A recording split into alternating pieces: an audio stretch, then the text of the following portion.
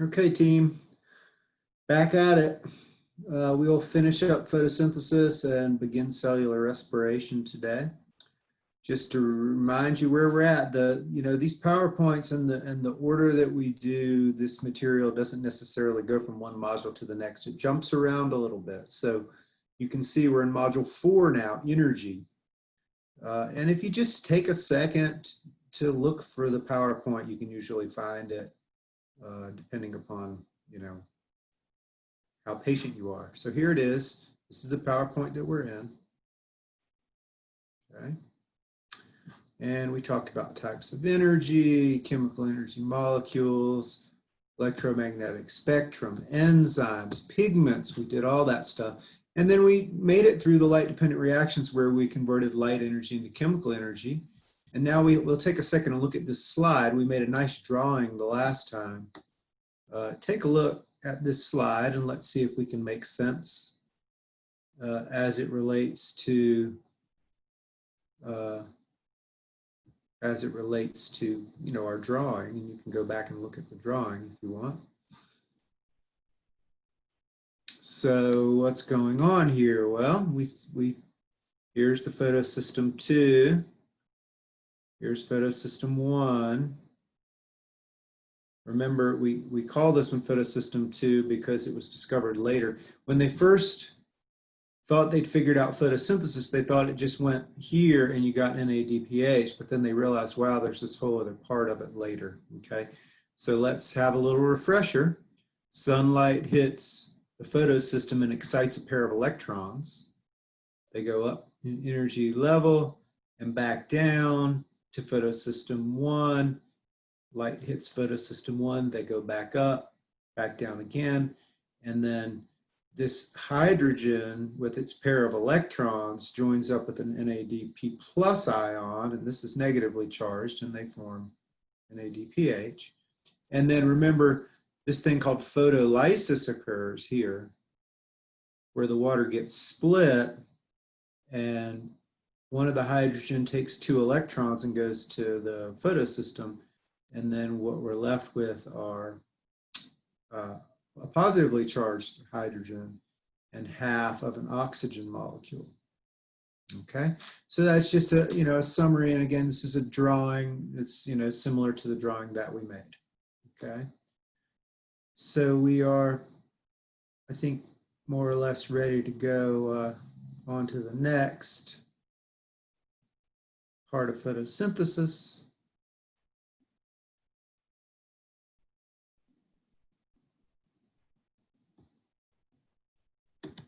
And you can see here, woo, a lot of stuff going on here. Okay. And so, one of the things that's going on here, and again, this is called the light independent reactions, AKA, oops.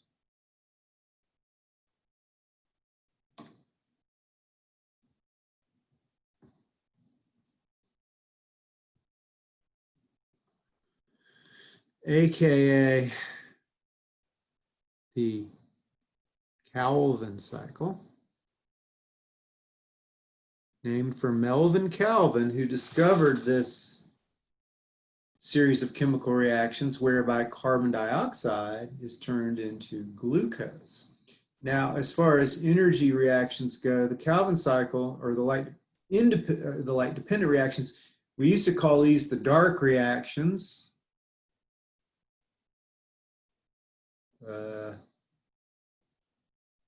Drawing not very well today.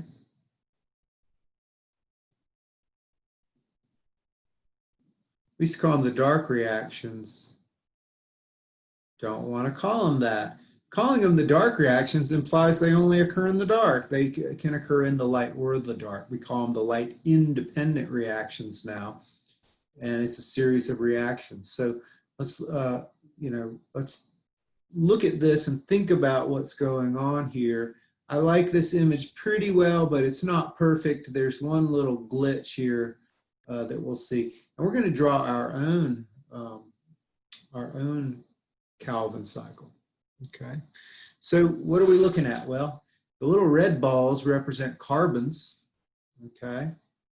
And What they're doing is showing 3 carbon dioxides entering the cycle. Now, one of the things I want you to do is look at these little sidebars here and see what's going on. One of the things that you have to understand is that it takes energy to run the cycle around and around. And the energy is in the form of ATP and NADPH. And you can see what's happening is ATP is being converted to ADP. So we're releasing energy, right? That energy is going into the cycle to drive the cycle around. Same thing here. We're taking NADPH, we're converting it to NADP+. We're releasing energy. It's going into the cycle to drive the cycle around. Here we have some more ATP. Okay, so that's something to look at. We're going to draw this kind of off to the side. One of the things that I want you to be able to do is really keep track of the carbons. That's very helpful, is to keep track of the carbons. And aside from that, I think we can probably draw it out in a manner that's not this complicated, and it will make a little bit more sense to you, okay? I hope. So we're going to get rid of this. The only other last thing I want to point out is this thing right here called rubisco. RUBP carboxylase is abbreviated rubisco. And this is it's an enzyme, and it's arguably the most important enzyme on Earth. And we're going to see why I'm saying that. Here's the thing, y'all. Rubisco is the enzyme that shuttles carbon dioxide into the Calvin cycle. The carbon dioxide is guided into the Calvin cycle by this enzyme. Without the enzyme, this cycle doesn't occur because the carbon dioxide never gets in it. What are we trying to do? We're trying to turn carbon dioxide into glucose. So guess what? If there's no rubisco on the Earth, there's no sugar. How crazy is that? Because we can't get the carbon dioxide to turn into sugar. So this is one of the only enzyme names I'll ever expect you to know. And I would appreciate you learning rubisco as being the enzyme which catalyzes the reaction where carbon dioxide comes into the Calvin cycle. Okay, we're going to use abbreviations for these molecules. Phosphoglycerate, we'll use PGA. Glyceraldehyde 3-phosphate, we'll use G3P. And RUBP stands for ribulose 1,5-bisphosphate. It's a big mouth of words, and we'll just use the abbreviation. So let's get rid of this. Let's just get a blank screen, and we'll come back to this. But there's a few things with this particular image that I'm not thrilled about. So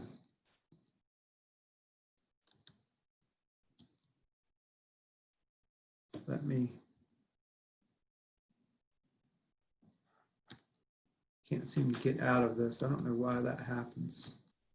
Gets stuck. Okay, let me just get this right here.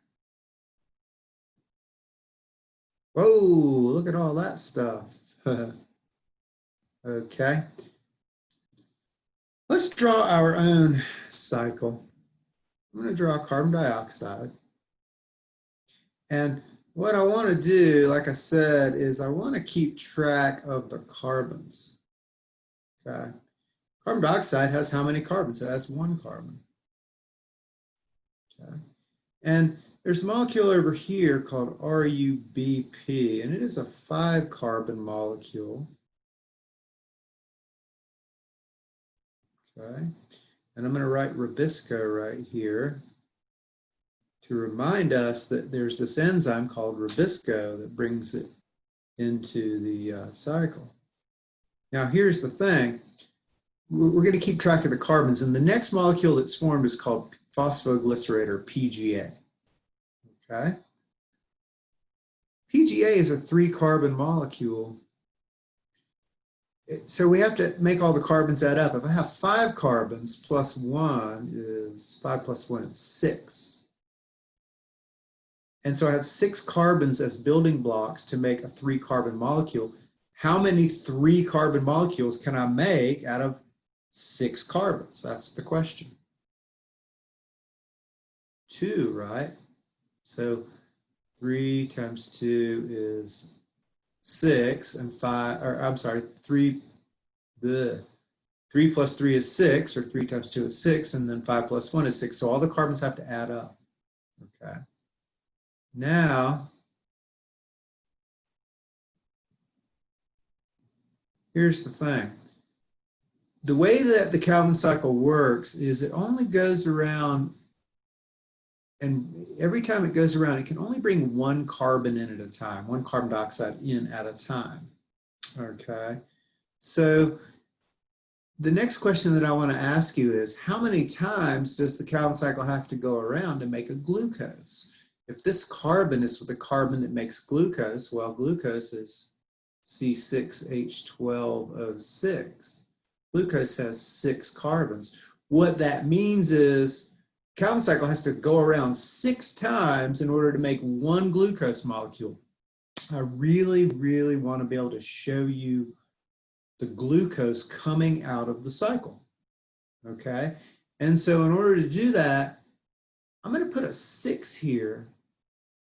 And we're going to pretend like we went around 6 times when we're really just going around once, so that I have my 6 carbons and I can make glucose come out.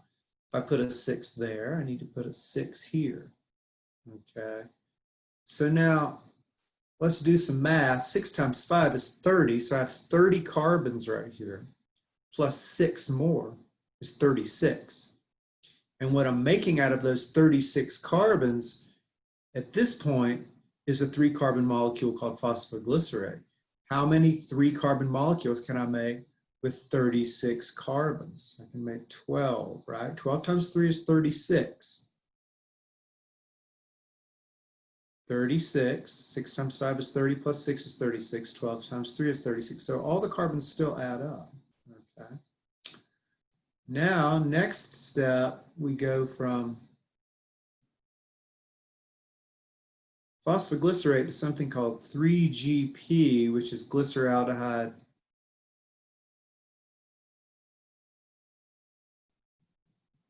phosphate. Okay. And this is also a 3-carbon molecule. So we haven't lost any carbons. So I still have 12 here. Oops. I thought that looked funny. Should be G3P, not 3GP.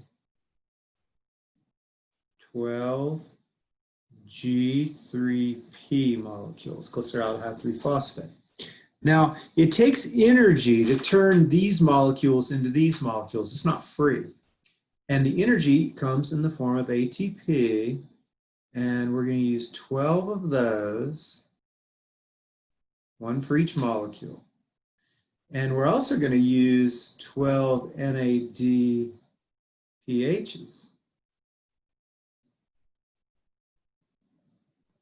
Okay. Where did this energy come from that we're using to run this light-independent cycle? This energy came from the light-dependent reactions, remember?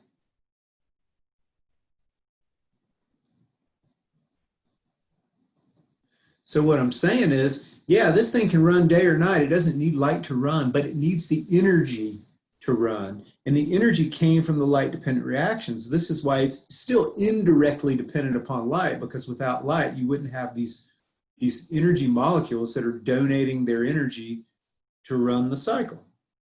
Oh, come on. Don't do that to me. Go away. There we go. Okay. So we've used some energy here. Now, we have 12 of these molecules. At this point, 2 of them leave the cycle. I'm going to show 2 G3P leaving the cycle. Okay. And then I have, if I do that, got a little ahead of myself there. If I do that, I have 10 left in the cycle, 10 G3Ps. Okay. How many carbons left the cycle? How many carbons left the cycle? 2 times 3 is 6. Well, that's nice because guess what's going to happen? Dun, dun, dun, dun. A whole series of reactions is going to occur. And guess what we're going to get ultimately out of this deal? Glucose. So through a separate series of reactions, these two 3-carbon molecules, glyceraldehyde 3-phosphate molecules, get turned into glucose. How cool is that? Okay. How many do we have left in the cycle? 10 times 3 is 30. 6 times 5 is 30. Well, that's convenient too. And we call this a rearrangement. And what I mean by that is we're screwing these 10 3-carbon molecules, we're screwing these 30 carbons into these 30 carbons, okay? And so we're taking 10 G3Ps and we're turning them into 6 RUBPs. The carbons all still add up. This does take energy, and we're going to use 6 more ATPs of energy. Okay, and now we're back where we started. Round and round it goes. Now, like I said, it has to go around 6 times before you get the glucose, which is what you're trying to get. And I might point out, what did we say we were going to do in the light-dependent reactions? It's really a chemical, and the E is for energy. It's a chemical to chemical energy exchange, right? What chemical did we turn, what chemical energy did we turn into what chemical energy?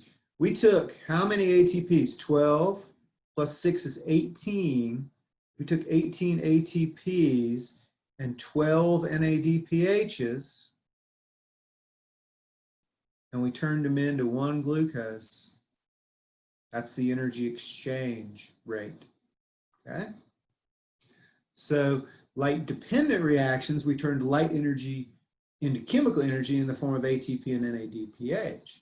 And then in the Calvin cycle, or what we call the light-independent reactions, we used that energy, 18 ATPs worth plus 12 NADPHs worth, to turn carbon dioxide into sugar. I say we, well, we wish we could do it, right? But we can't. Only photosynthetic organisms can do it. Okay. So now if we, just try to wrap your brain around it. We're keeping track of the carbons. We're keeping track of the energy, right? We're understanding something about the energy. Melvin Calvin, just so you know, was the guy that discovered this. 1966, he won the Nobel Prize for science, or maybe chemistry, I don't know, for figuring this out. Okay, very bravo to Melvin Calvin. Okay, I like to give people credit for those that discovered things. It's nice to give them credit. Okay. All right, so there's that. And so now you're wondering, goodness gracious, this is all very complicated stuff, right? And it is complicated. It's biochemistry. What I want you to be able to do is step away from the little nitpicky details of this. It's hard to understand it if I don't go through and explain it all. But what I want to do now is I want to go back to the general chemical equation. And I want to make sure that we can account for where everything is involved in photosynthesis, like where stuff goes in and where stuff comes out. And basically, it would be nice to know whether it's light dependent or light independent. Okay, so let's do that. I don't really see the need to keep all this up here necessarily. Okay, so let's just get rid of all that. We'll have plenty of room. And let's write out the general chemical equation. We'll write it out balanced.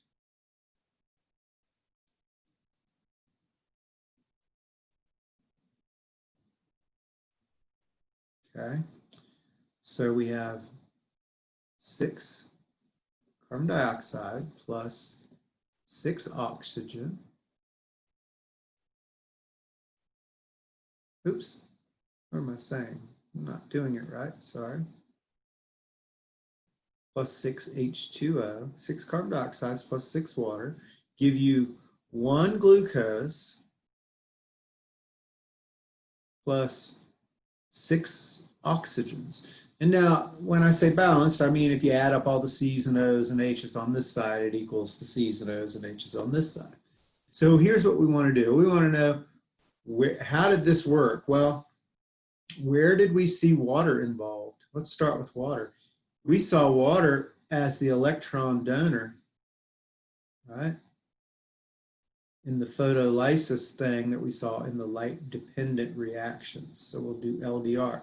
And then when you split the water, that's where we got the oxygen. So the oxygen came out in the light-dependent reactions. And so here's what I'm going to do. I'm going to color code this now for you. This oxygen ends up over here. For a really long time, it was thought that the oxygen that was liberated in photosynthesis came from carbon dioxide, but it does not come from carbon dioxide. It comes, in fact, from water. Okay. Well, what about carbon dioxide? We saw carbon dioxide enter in the light-independent reactions or the Calvin cycle. And you could think of carbon dioxide as the carbon donor, right? And where do we see glucose come out? In the light-independent reactions. This is the big picture, right? And so maybe we'll color code this. These 6 carbons end up, excuse me, over here, okay? Well, that's great. That gives us a lot of insight about photosynthesis, right? And hopefully you understand what's going on. If you understand this is the big picture, and that's very helpful. Oh, do we need some stuff over the arrow for this to happen? If I take some carbon dioxide water and I put it in a bucket and shake it up, am I going to get sugar and oxygen? Of course not. What do I need? Things that need to be present in order for the reaction to occur, often written over the arrow. Okay. I need chlorophyll A. It's not going to happen without chlorophyll A. I need lots of enzymes, including Rubisco, but every step in the Calvin cycle, for example, is catalyzed by a different enzyme. If you were taking a biochemistry class, you would probably have to learn them, but you're not going to have to learn them in here. Just know Rubisco. And then what's the third thing that needs to be present? Light, right? So the equation isn't really complete without the stuff over the arrow, to be honest with you. Okay. All right, team, good. Now, I want to talk about some other things that relate to photosynthesis. If we just look at the equation,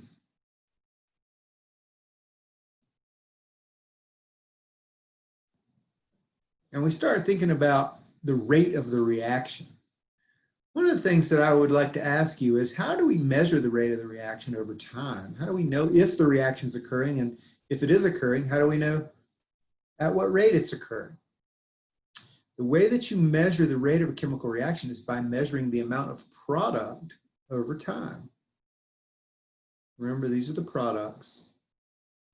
These are the reactants of the equation because we're following the arrow.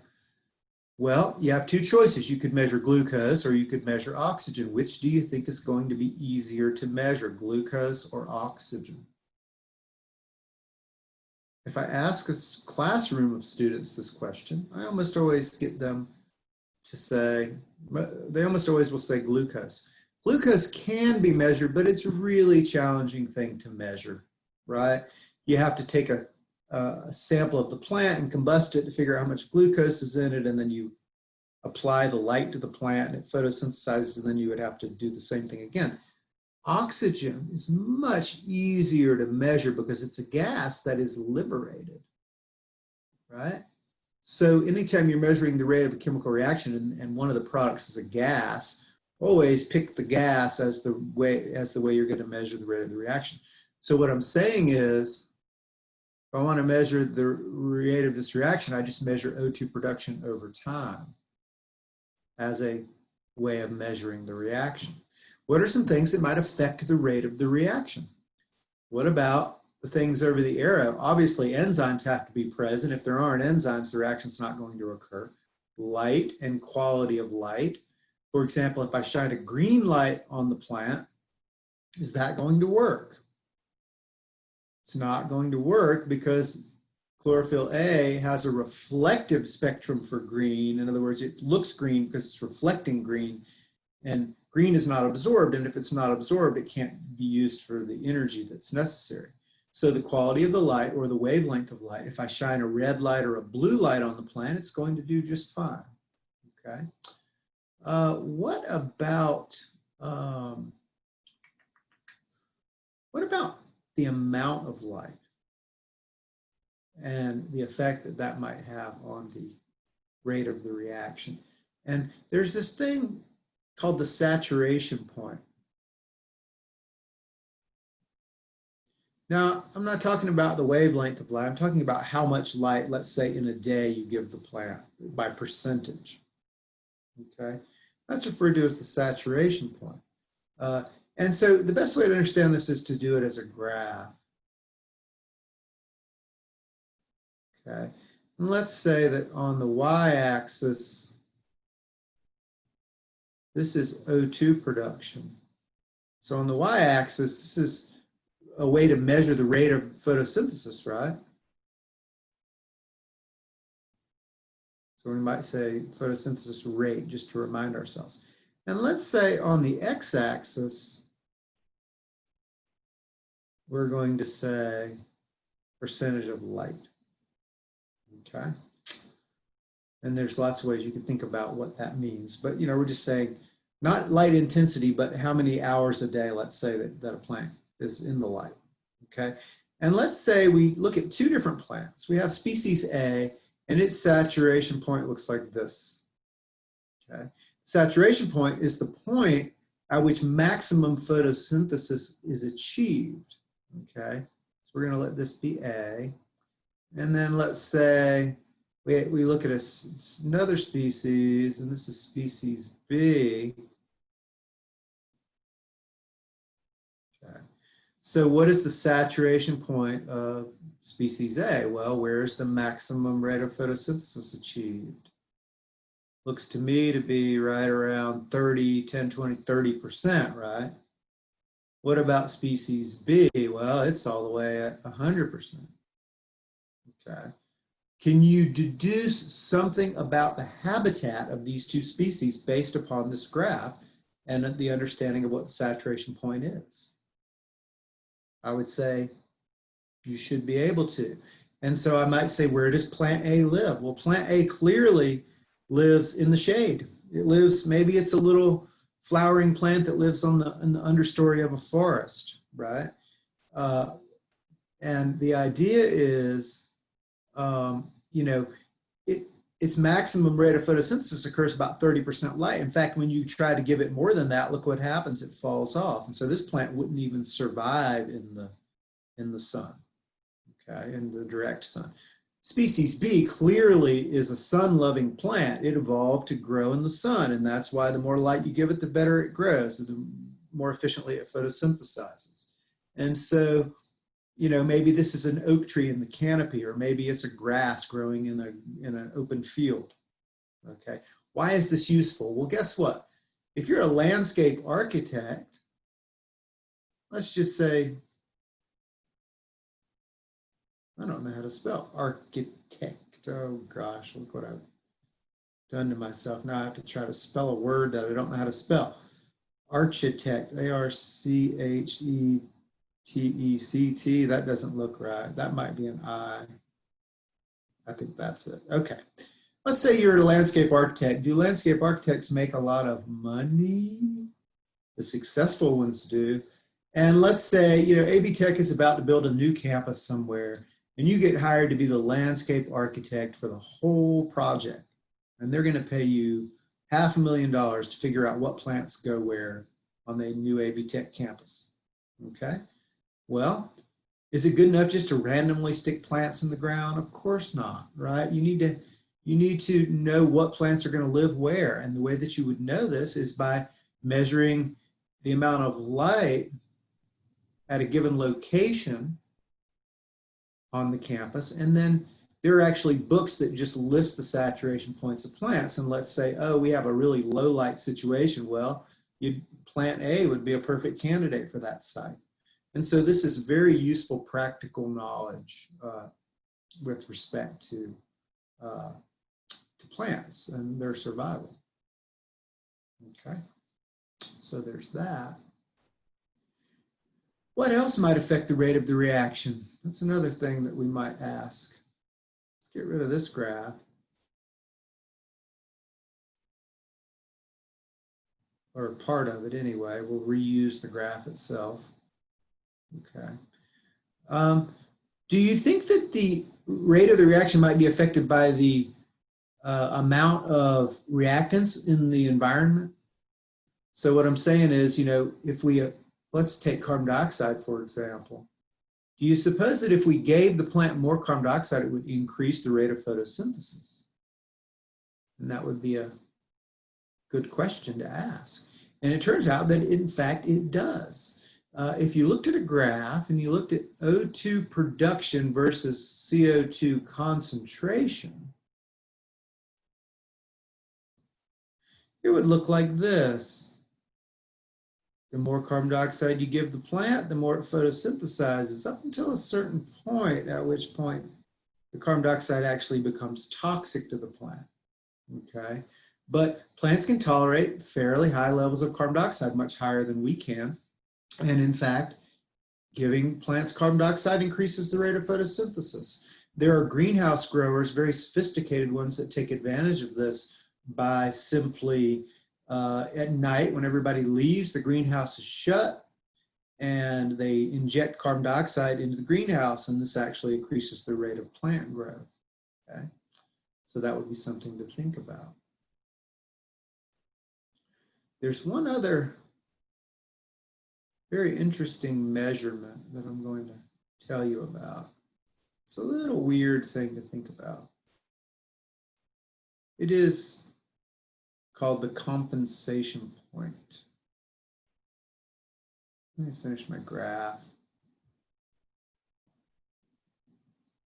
I wish I could see you guys.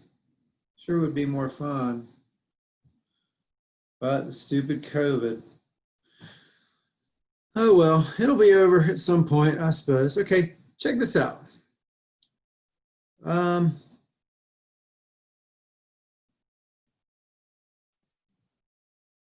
One thing to consider is that plants and other photosynthetic organisms do photosynthesize, but what else do they do? They also do cellular respiration, right? So check it out. Here's photosynthesis going this way. And this is a good intro to cellular respiration. Check it out. It's a complementary reaction, right? It's just the opposite of photosynthesis. So the products of photosynthesis are, in fact, the reactants of cellular respiration and vice versa. So we say these two reactions are complementary to one another because the products of one are the reactants of the other. Well, guess what, y'all? Plants do make oxygen, but they also use it up in cellular respiration. So they make the product and then they use the product to do cellular respiration and convert it back to CO2. They're kind of like the ultimate recyclers if you think about it, right? Well, how do we measure the rate of cellular respiration? If we're going in this direction, the way that we would measure the rate of cellular respiration would be to measure the amount of carbon dioxide being liberated, you know? And you could do that in a human. You could capture your CO2 that was coming out of your mouth and you could see how fast you were respiring over time. Well, you could do the same thing with a plant. And there's this thing called the compensation point, which is a very interesting idea. And let's say we have this graph, and on the y-axis we have oxygen production, and on the x-axis we have CO2 production. So this is the cellular respiration rate. So we're kind of measuring both things at the same time on a graph. And what if it looked like this? We'll do photosynthesis in blue.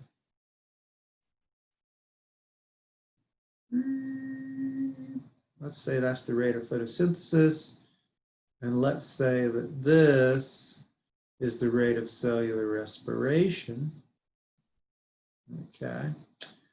Well, this point right here, where the two lines cross, is where the rate of photosynthesis is equal to the rate of cellular respiration, right?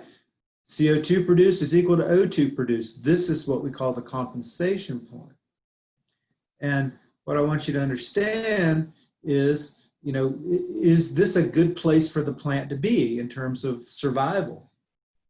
You know, it's not, right? It's like the starvation point for plants. Everything it's using to photosynthesize is being used up in cellular respiration. There's no surplus. And that's not where the plant wants to be. The plant wants to operate at a level that is below the compensation point, somewhere in here. Okay. All right. That is going to be kind of the end of the discussion about photosynthesis and an introduction to cellular respiration. So here's the cool thing about this chemical reaction. You know, you only really have to learn it once. You just have to remember which direction you're going, right? If you're going this way, you're doing photosynthesis. And if you're going this way, you're doing photosynthesis. And if you're going this way, you're doing cellular respiration. And I think we'll stop there. Next time we will start and finish cellular respiration. It's very complicated. You might want to take a look at it before we have the video. Okay. And I think that's it. I hope you have a great day. Bye-bye.